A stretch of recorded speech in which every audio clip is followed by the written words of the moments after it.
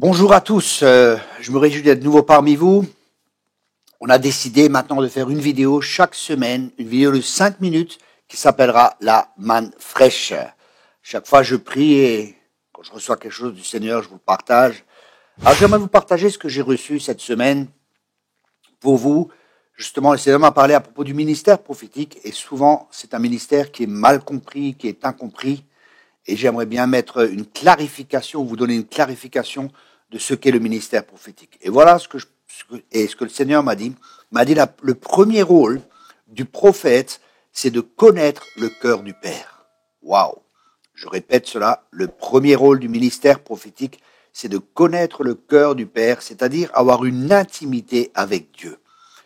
Et la raison pour laquelle Dieu m'a dit, et la raison pour laquelle il en est ainsi, c'est parce que le rôle du prophète, c'est pas juste de transmettre des pensées ou les pensées qui sont dans le cœur de Dieu, mais c'est de transmettre non seulement les pensées, mais également le cœur de Dieu. Vous savez, si un prophète est blessé et qu'il reçoit une parole peut-être pour reprendre, à travers ses blessures, la parole peut être faussée. Elle peut pas être donnée dans l'amour comme Dieu aimerait qu'elle soit donnée. C'est pour ça que c'est important de connaître le cœur du Père, et de connaître la pensée et d'aligner cette pensée justement avec le cœur du Père pour pouvoir le transmettre aux gens. Parce que même quand Dieu appelle à la repentance, c'est toujours avec un cœur de Père, c'est toujours avec un cœur d'amour, parce qu'un autre rôle des prophètes, c'est de ramener les gens au cœur de Dieu. Mais on peut uniquement ramener les gens là où nous sommes nous-mêmes.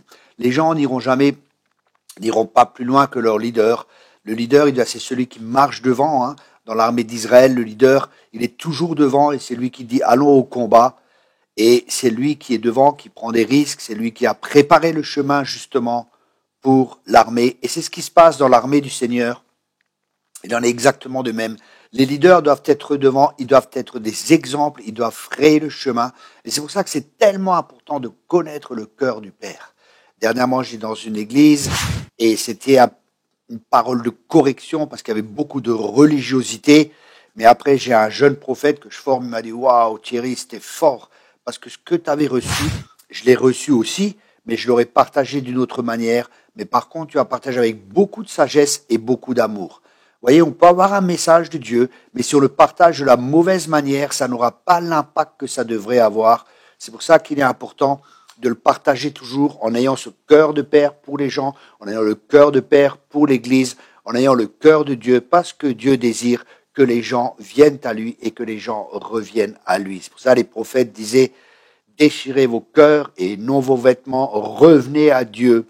Et c'est vraiment l'appel du prophète. Mais pour pouvoir faire cela, il est important pour le ministère prophétique ou pour les personnes prophétiques, justement, de connaître le cœur du Père. Et connaître le cœur du Père, c'est pas avoir des informations, c'est avoir un cœur à cœur. Parce que pour connaître le cœur de quelqu'un, il est important que nous ayons de cœur à cœur. C'est pour ça que nous devons être ouverts et avoir cette intimité. En anglais, on dit intimacy. Et on peut dire into me, see. Qu'est-ce que ça veut dire? Ça veut dire vois en moi. Et dans l'intimité, on voit, quand on a une intimité avec une personne, c'est-à-dire un cœur à cœur, on voit dans le cœur de la personne et également la personne voit dans notre cœur. Et c'est pour ça que le Seigneur, justement, ministère prophétique, il faut permettre à Dieu de se laisser travailler, permettre à Dieu de se laisser guérir, permettre à Dieu de se laisser corriger, permettre à Dieu de se laisser reprendre, permettre à Dieu de mettre le doigt sur les domaines de notre vie où nous ne sommes pas encore, où nous n'avons pas encore la stature de Christ, où nous n'avons pas encore le caractère de Jésus, parce que le but du ministère prophétique est de communiquer, comme je l'ai dit au début, non seulement les pensées du cœur du Père, mais que ces pensées soient accompagnées avec le cœur du Père, avec l'esprit qu'il y a dans le cœur du Père, avec ce cœur d'amour. Même quand Dieu reprend, c'est toujours par amour, parce que Dieu veut que l'on revienne à lui. Voilà, ça c'était notre première manne fraîche. J'espère que ça vous a béni. J'espère que ça vous aide aussi pour pouvoir discerner justement si les paroles viennent de Dieu ou ne viennent pas de Dieu. Et de savoir, parce qu'une parole peut venir de Dieu, mais elle peut être donnée à travers un cœur qui est blessé, un cœur qui est meurtri, un cœur où peut-être qu'il y a même de l'amertume, et ça peut se ressentir sur le peuple, ça peut se ressentir quand vous recevez une prophétie. Ça ne veut pas dire que la prophétie est forcément fausse, que la parole est fausse, mais elle est donnée dans un mauvais état d'esprit. Pour mieux comprendre ce que j'aimerais vous partager, quand l'eau vient, par exemple, elle passe à travers la gouttière. Si la gouttière est propre, l'eau qui est pure, elle viendra et elle sera communiquée de manière propre. Mais si la gouttière, le cœur en l'occurrence, n'est pas propre, il y a les impuretés qui seront emmenées avec. Et ça, justement, c'est le problème. C'est pour ça un prophète doit permettre à Dieu de nettoyer son cœur avec la parole de Dieu. Et c'est ce que je vous encourage à faire si vous êtes appelé au ministère prophétique ou si vous avez un don prophétique, de vraiment toujours chercher la pensée de Dieu avec le cœur de Dieu rempli d'amour pour ses enfants. Voilà, soyez abondamment bénis. On se verra à nouveau la semaine prochaine pour une autre manne fraîche. Merci beaucoup.